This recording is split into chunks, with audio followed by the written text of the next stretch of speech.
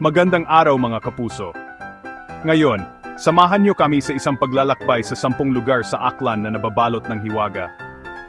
Kilala ang Aklan sa kanyang mga magagandang beaches at masasarap na pagkain, ngunit alam niyo ba na marami ring kwentong kababalaghan ang bumabalot sa lugar na ito? Mula sa mga sinaunang shrines at simbahan, hanggang sa mga malalamig na bukal at falls, tuklasin natin ang mga lugar na ito at alamin ang mga kwentong bumubuhay sa mga alamat at misteryo ng Aklan.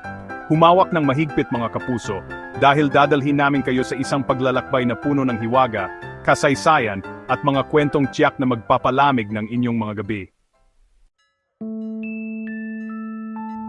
Dito sa Batan, Aklan makikita ang Kalantiaw Shrine, na pinaniniwala ang tahanan ng unang kodigo ng batas sa Pilipinas.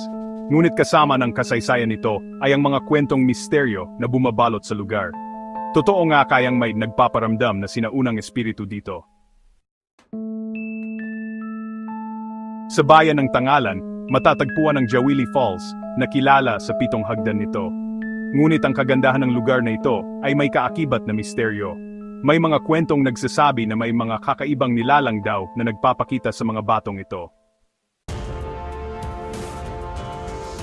Isang nakamamanghang tanawin ang hatid ng Bakawan Eco Park, isang mangrove forest na ginawa ng tao. Ngunit sa likod ng kanyang ganda, may mga kwentong nagsasabi na ang lugar na ito ay tahanan ng mga engkanto. Chapter 4. Sa puso ng Kalibo, makikita ang Musuet Akyan kung saan nakadisplay ang mga artifacts ng nakaraan. Ngunit sabi ng ilan, ang mga lumang gamit na ito ay may mga kaluluwang hindi matahimik. Chapter 5. Tahimik at mapayapang tingnan ng Tangalan Church, ngunit may mga kwentong nagsasabi na may mga kaluluwang ligaw na nagpaparamdam dito, lalo na sa gabi. Kilala ang Sampaguita Gardens sa ganda ng mga bulaklak nito, ngunit may mga kwentong nagsasabi na may mga kakaibang nilalang na nagpapakita sa mga hardin na ito, lalo na kapag gabi. Sa bayan ng Pandan, matatagpuan ang Malumpati Cold Spring, na kilala sa lamig at linaw ng tubig nito. Ngunit may mga kwentong nagsasabi na may mga sirena raw na nagbantay sa bukal na ito. Chapter 8. Ang mga bayani ng Aklan Freedom Shrine. Dito sa Aklan Freedom Shrine, ginugunita ang katapangan ng mga Aklanon. Ngunit may mga kwentong nagsasabi na ang mga kaluluwa ng mga bayaning ito ay patuloy na nagbabantay sa lugar na ito. Chapter 9. Boracay, Paraiso ng Misteryo. Kilala ang Boracay sa kanyang mga puting buhangin at asul na tubig. Ngunit sa likod ng kanyang ganda, may mga kwentong kababalaghan na bumabalot sa isla na ito.